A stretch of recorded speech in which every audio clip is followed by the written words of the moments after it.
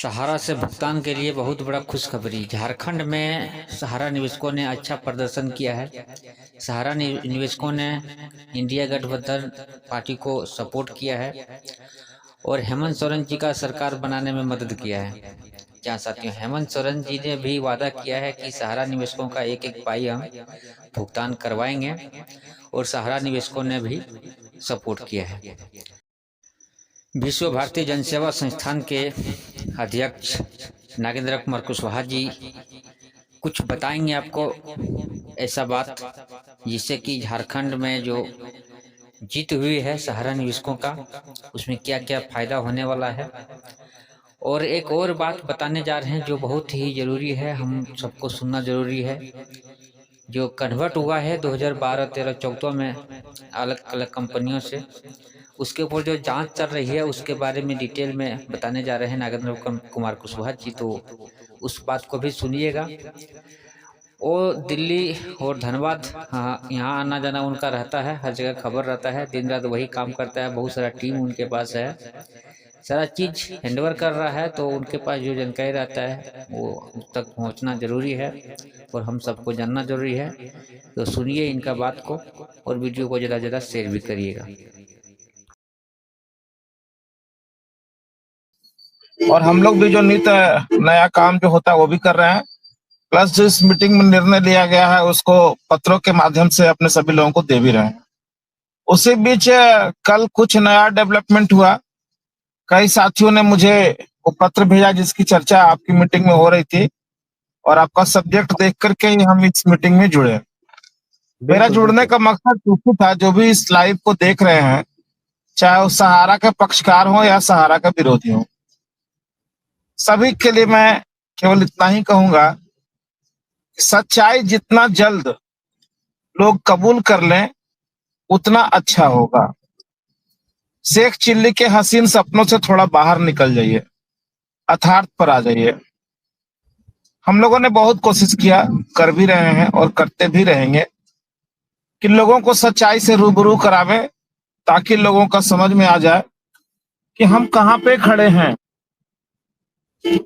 ताश के पत्तों से महल नहीं बनाया जाता और रेत का दीवार जो होता है वो भी भरभरा के गिर जाता है।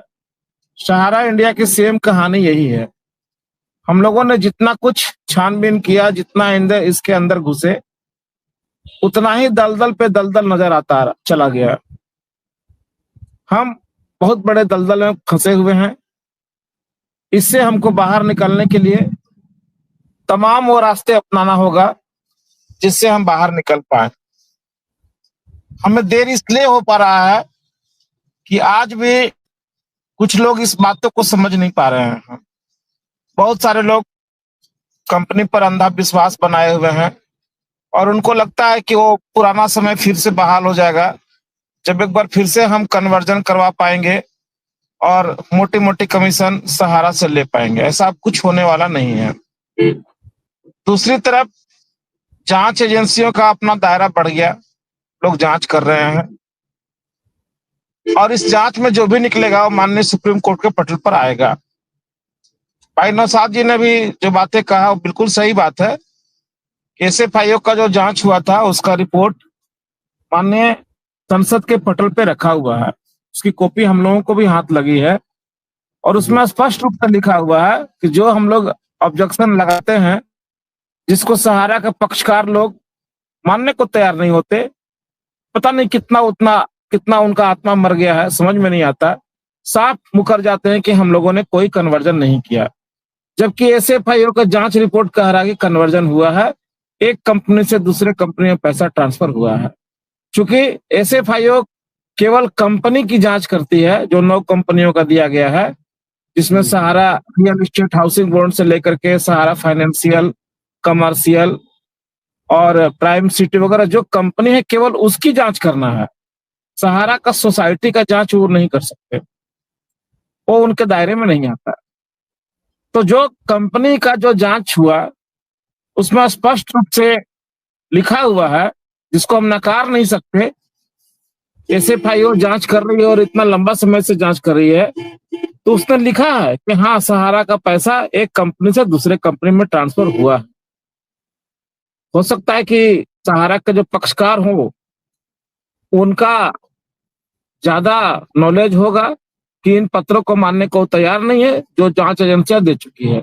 यही गलती तो पहले भी हम लोग किए ना, जब सेबी ने कहा था कि रियल एस्टेट हाउसिंग बोर्ड का पैसा गलत तरीके से लिया गया है, इसका पैसा वापस कीजिए, तो हम लोग सेबी के ऊपर ही उंगली उठाते थे और इस निर्णय को मानने को तैयार नहीं थे।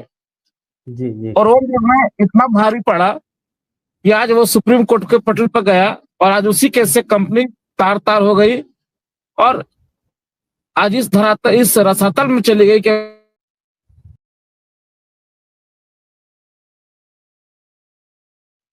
आज भी एक सच्चाई आपके सामने खड़ी है कि एसएफआईओ की तरफ से सहारा के एजेंटों को जो उन कंपनियों में काम किए थे वो चाहे सहारा के पक्ष में खड़े हैं चाहे सहारा के विरोध में खड़े हैं, उससे एसएफआईओ को कोई मतलब नहीं है। वो किन्हीं को भी सम्मन भेज सकते हैं और अपने पास बुला करके पूछताछ कर सकते हैं। और उस पत्र की भाषा क्या है ये सब लोग ध्यान से पढ़ लीजिए। उसमें साफ लिखा है कि आपके द्वारा, कंपनी के बारे में नहीं पूछा जा रहा, आपके द्वारा कितना कन्वर्जन किस कंपनी में कराया गया है वो अपने जमाकर्ता जो एजेंट है अपने जमाकर्ता का लिस्ट वहां देंगे। और उससे क्या होगा कि वो जो जांच में बातें आएगी उन एजेंटों को विटनेस बनाया जा सकता है, सरकारी गवाह बनाया जा सकता है और सुप्रीम कोर्ट में उनको बयान देने के लिए कहा जा सकता है। कहा जा सकता है जी। कोई भी केस जब सरकारी कंपनियां करती है, सॉरी सरकारी जांच एजेंसियां करती है, चाहे वो पुलिस हो चाहे सीबीआई हो या कोई भी हो, तो उनको गवाह के रूप में कुछ साक्ष्य प्रस्तुत करने पड़ते हैं सुप्रीम कोर्ट में। कुछ भी हवा हवाई नहीं होता, कोर्ट कचहरी में सब कुछ गवाह के ऊपर ही निर्भर करता है। तो ये अपना लोग गवाह तैयार कर रहे हैं क्योंकि उन्हें पता है कि ऐसा हुआ है। किया कौन है? सहारा का एजेंट किया है। करवाया किसने है? सहारा के अधिकारी करवाए हैं। तो एक तरफ से देखा जाए तो जो लोग आकर के लाइव टीवी में सीधे इस चीजों को नकार रहे हैं, अगर उनको सम्मान जाता है और वहां झूठ बोलने का अगर काम करते हैं तो उनके साथ में जांच अधिकारी क्या क्या कर सकते हैं वो कल्पना से परे है। क्योंकि पूरी सच्चाई उन्हें पता है कि कंपनी ने क्या क्या खेल किया है। वो अपने तरीके से जांच करने के बाद एजेंटों को बुला रहे हैं। इससे अच्छा है जो सहारा का पक्ष में खड़े हैं वो क्या करेंगे नहीं करेंगे उनके बारे में पता नहीं है, लेकिन जो लोग इस देश के संविधान को मानते हैं, अपने भगवान को मानते हैं, अपने अल्लाह को मानते हैं, अपने दिल पे हाथ रख करके सच्चाई बयान करें कि हाँ कंपनी ने क्या क्या गुल खिलाया, कैसे कैसे लोग मुसीबत में पड़े और एजेंटों को मोहरा बना करके सहारा के बड़े बड़े अधिकारियों ने इस मामले को उलझाने में कोई कसर नहीं छोड़ा और कन्वर्जन का भी खेल हुआ। और बाकी जो चीजें हुआ वो सारा बात स्पष्ट रूप से अगर बताते हैं तो उन्हें किसी भी तरह का कोई परेशानी का सामना नहीं करना पड़ेगा। लेकिन झूठ बोलने का अगर कोई काम करेंगे, आज मंचों पर आपके चैनल पर आकर के झूठ बोल देते हैं तो यहाँ कोई कार्रवाई नहीं हो सकता है।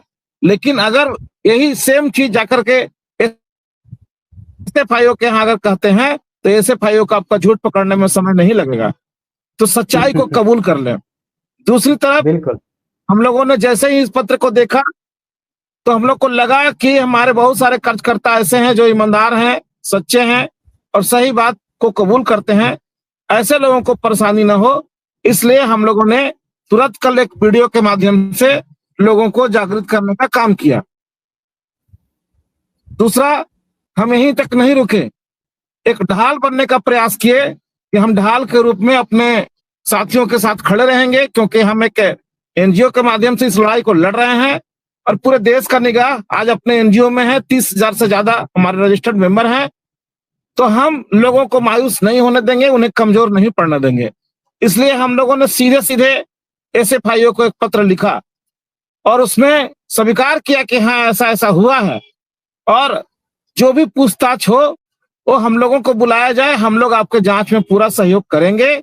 एनजीओ के किन्हीं मेंबर को आप बुलाते हैं, हमारे मेंबर जाने को तैयार हैं। हमने क्यों लिखा है?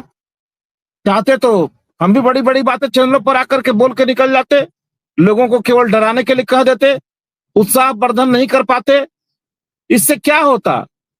7 से 8 हजार लोगों को तो हम लोग गंवा दिए और कितने लोगों को गंवाएंगे। आज इस दीपावली के पावन पर्व में जिनके पिता, जिनके भाई सहारा से पीड़ित होकर के इस दुनिया में नहीं रहे, कभी जा करके उनके घरों में झांकिए। भले ही आर्थिक रूप से कमजोर होंगे, लेकिन उनका परिवार इस घर में नहीं है।